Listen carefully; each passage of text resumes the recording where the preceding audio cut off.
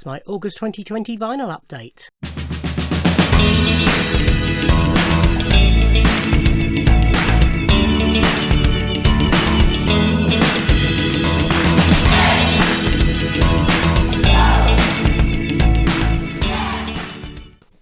Ahoy hoy everybody, and welcome to my vinyl update for August 2020.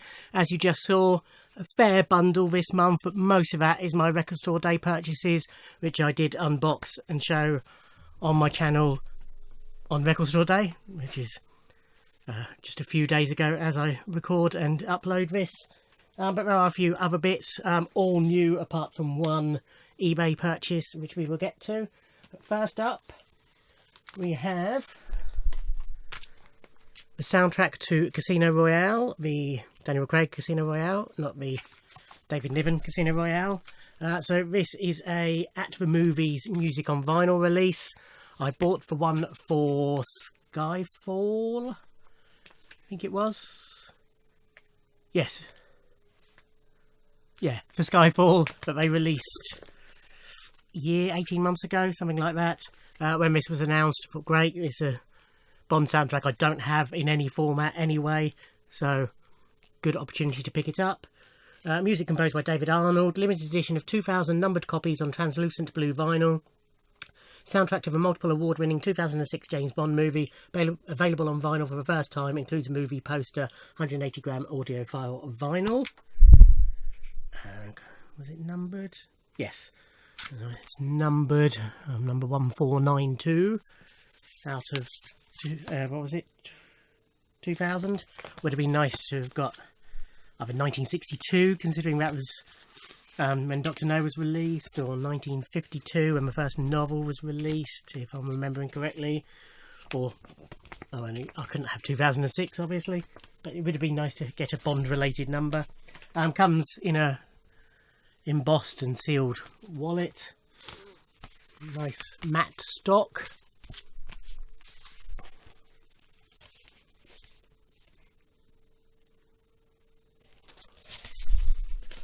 This doesn't include You Know My Name, although elements of it are put through some of David Arnold's score.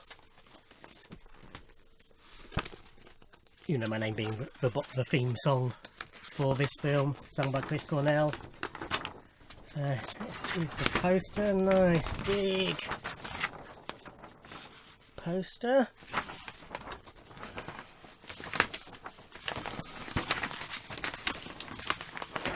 Now can't fold back up. Gotcha. And then glossy inner sleeves. And as it said, translucent blue.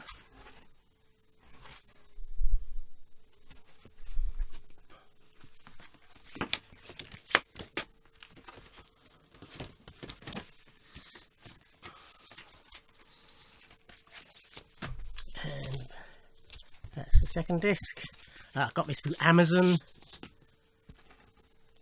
purely because I wanted to get my copy reserved, but at the time it was announced I didn't have the spare funds, but I knew it would be alright come the time of release. So that's the joy of Amazon, you can order it, know you're getting it, but they don't take the money straight away. A bit of marbling in this one. So yeah, happy with that. Next one's a bit of a strange one in that I bought it blind, more or less. I was driving home from work a couple of months ago and it turned on my radio and it was halfway through a song. And straight away I thought, oh, I really like this. This is really good. The singer's voice reminded me a bit of Gaz Coombs from Supergrass. And it turns out the singer is from Oxford, so that would make sense. They do share a lineage. So stuff looks like it's going to fall down.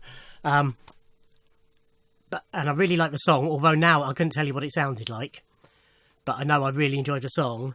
So at the end, they sort of announced who it was, and I was just, for the rest of my drive home, which wasn't that far, thankfully, I just kept repeating his name over and over and over. Came in, got straight, in fact, as I was walking from the garage to the house, I was already Googling, finding his website, ordered the album. And that's a guy called Willie J. Healy, who sort of since this I've seen crop up in lots of places. So this is his album Twin Heavy. I think this is his first full-length album, but I might be wrong, it might be his second. Signed copy. It was noticed sort of came, as you can see, the shrink was torn. He obviously did them all. They came to him shrink wrapped and he just did them all. I also bought a CD of it, which again has got the same thing. And he signed it around his head, and it came with a signed postcard as well. All the signatures very different. But I haven't listened to it yet. It's vinyl-wise, it's quite a while until I will. CD-wise, I've just got the Flaming Pie reissue to listen to, which will be tomorrow morning, so it should be Friday morning that I listen to it. But yeah, Twin Heavy. Couldn't even tell you the title of the song that I heard, but I just really liked it, and straight away thought, right, I'm going to buy that. I sort of listened to a couple of clips on his website, but they were YouTube links, and I didn't watch the whole videos. I literally just clicked on a couple and liked them. Yeah, that's the inner sleeve, and it's on yellow vinyl, which is nice. So yeah, I'm looking forward to listening to that and hopefully discovering a new favourite. And talked a number of times about the lottery winners.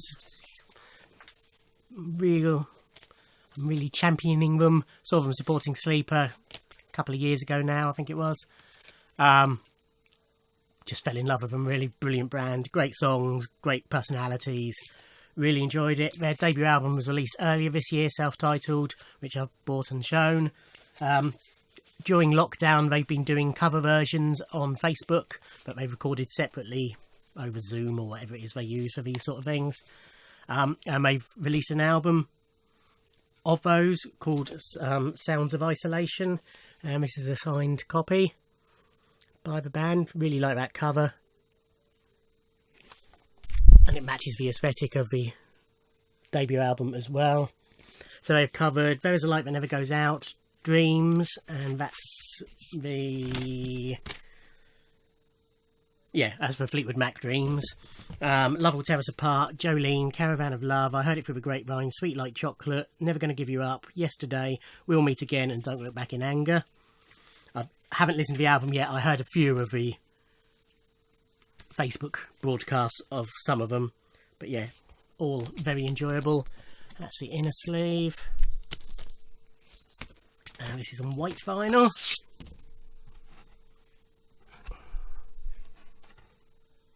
And again, I also got that on CD, signed.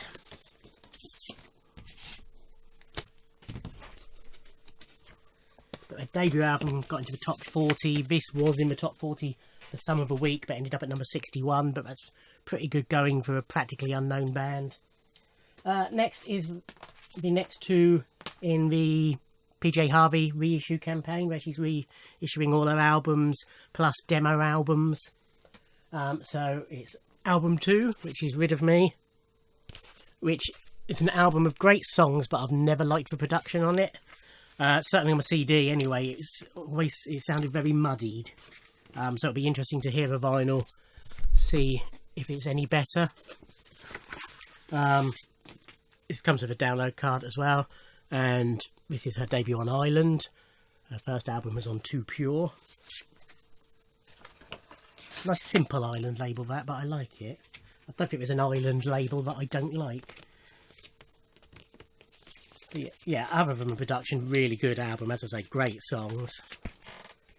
Rid of Me, Mist, Legs, Rub Till It Bleeds, Hook, Man Size Sextet, Highway 61 Revisited, 50 Foot Queenie, Yuri G, Man Size, Dry, Me Jane, Snake and Ecstasy. All great songs. And then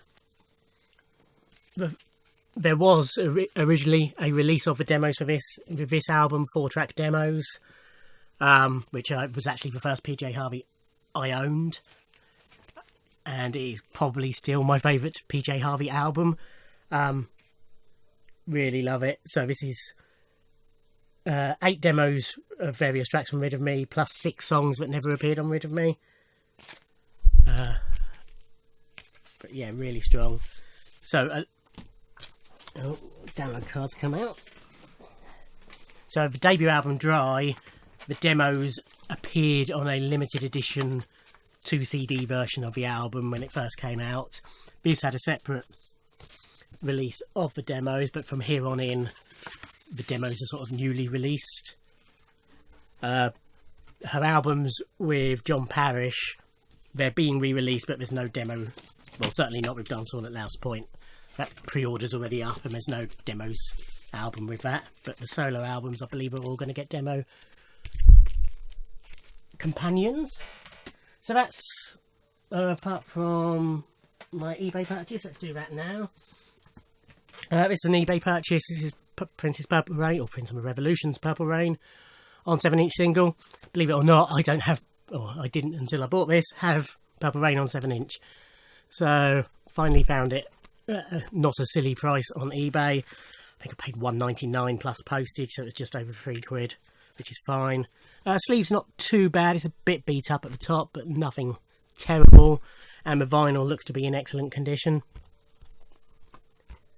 So it's a single, or short version as they call it, of Purple Rain. And the B-side is the vocal version of God.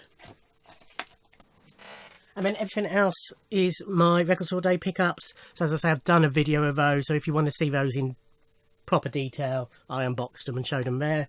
But we shall quickly go through them. This is just the order they're sort of in this pile. So we have the Kink Chronicles by the Kinks, which is 2 LP on red vinyl. It's sort of a greatest hits, but it's a US release, and it's got B-sides and album tracks and US only version edits, mixes. That's what I'm looking for. Cat scratching the door. You want to do your cameo, do you? No, you're going to roll over on your belly instead. Okay. Scratching at the door, men decide she's just going to flop out in the hall anyway. This is Keen's Night Train, which was an EP they released in she's in, but she's settled straight down. An EP they released in 2010, I think it was, off the top of my head. Slightly expanded, so it's basically an album. This is on orange vinyl. 12-inch, shut my door. 12-inch Giorgio Moroder featuring Kylie Minogue with Right Here, Right Now. A club mix and an instrumental. As I said in the unboxing, probably the least inspiring packaging. That's meant to be silver, but it looks grey to me. 2 Bowie releases. Changes Now Bowie, which was a live concert he recorded in the studio, if that makes sense, for Radio 1 to celebrate his 50th birthday. I think it was recorded in November and then played on his 50th birthday in the following year, in 97. A nice track listing. That's just on black vinyl. And the other Bowie release, I'm Only Dancing, the Soul Tour 1974. 2 LPs, again, just black vinyl. I also got both of those on CD. This is for Hitchhiker's Guide to the Galaxy and Restaurant at the End of the Universe. Original albums. So these were re-recordings done specifically for album release. So they're not the radio versions. Slightly different casts, different actress playing Trillian. So they are different from the Hitchhiker's box sets that I own. So I wanted this for completeness. So it's got both the Hitchhiker's single album and the Restaurant at the End of the Universe double album in here. And it's free vinyl, Vogon Green, Macrophian Blue and Pangalactic Purple.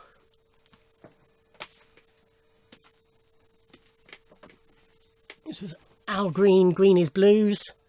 50th anniversary limited edition of this album, which I decided I'd get. It was on my maybe list rather than my must get list, but I think the clincher for me, and I will show you this one, is because it's on a split green and blue, and I'm a sucker for coloured vinyl. Next is another nice bit of vinyl. This is the Pretenders live at Paradise Theatre, Boston in 1980. And this is on clear vinyl with a red splodge in the middle. Who's Odds and Sods? So the original album was put together by John Entwistle to combat the bootleggers. So it was B-sides and rare stuff that they had knocking around. This has been reissued in a 2 LP version. The second LP basically is a new Odds and Sods album that they called Odds and Sods 2. The original is on red vinyl and the new one is on yellow vinyl, and it's got the original die-cut sleeve and everything, and it's half-speed mastered as well at Abbey Road Studios. This is Terry Hall's debut solo album, Home, which I've not heard, but I've only heard good things about, so I decided I would pick that up. That's just on black. This is the picture disc of the album of a soundtrack of a trailer of a film, Monty Python and the Holy Grail. Since it's picture disc, I will show you that. So I bought the Life of Brian one last year, so had to get the Grail one. A couple of singles. This is 2 7-inches called Kiss Kiss Bang Bang, and these are the covers of the 4 tracks that Shirley Bassey, or Dame Shirley Bassey, recorded as Bond themes. Mr. Kiss Kiss Bang Bang was an unused theme tune for Thunderball that they got Shirley to do the demo of. The others are done as Forever Goldfinger and Moonraker, whichever ones that obviously actually she did record and feature as the theme artist. My reason for getting this, apart from being a Bond fan, is that Mr. Kiss Kiss Bang Bang is done by Sleeper with David Gedge from A Wedding Present. The other tracks done by The Left Outsides, Darren Hayman and DJ Downfall featuring Theoretical Girl. And these are uncoloured, aren't they? Yeah, one's transparent red and the other's transparent blue, I think. A turquoisey blue. Then, going back to the lottery winners, they had a 7-inch they released for Record Store Day. This was a non-album track that they recorded during lockdown. Love Will Keep Us Together. And the B-side is Young Again, which was the last track on the album. This is on white vinyl. And finally, a 10-inch Supergrass is Caught by the Fuzz. This is 4 different versions of said song. The original, an acoustic version, Danny Goffey's 2020 remix, and a live version from 1994. This is all done on, everything's recycled, and it's recycled vinyl. And every vinyl is very different, not just variants, but completely different. Mine's this rosy, goldy, sandy type colour, whatever you want to call it. My initial reaction was shit.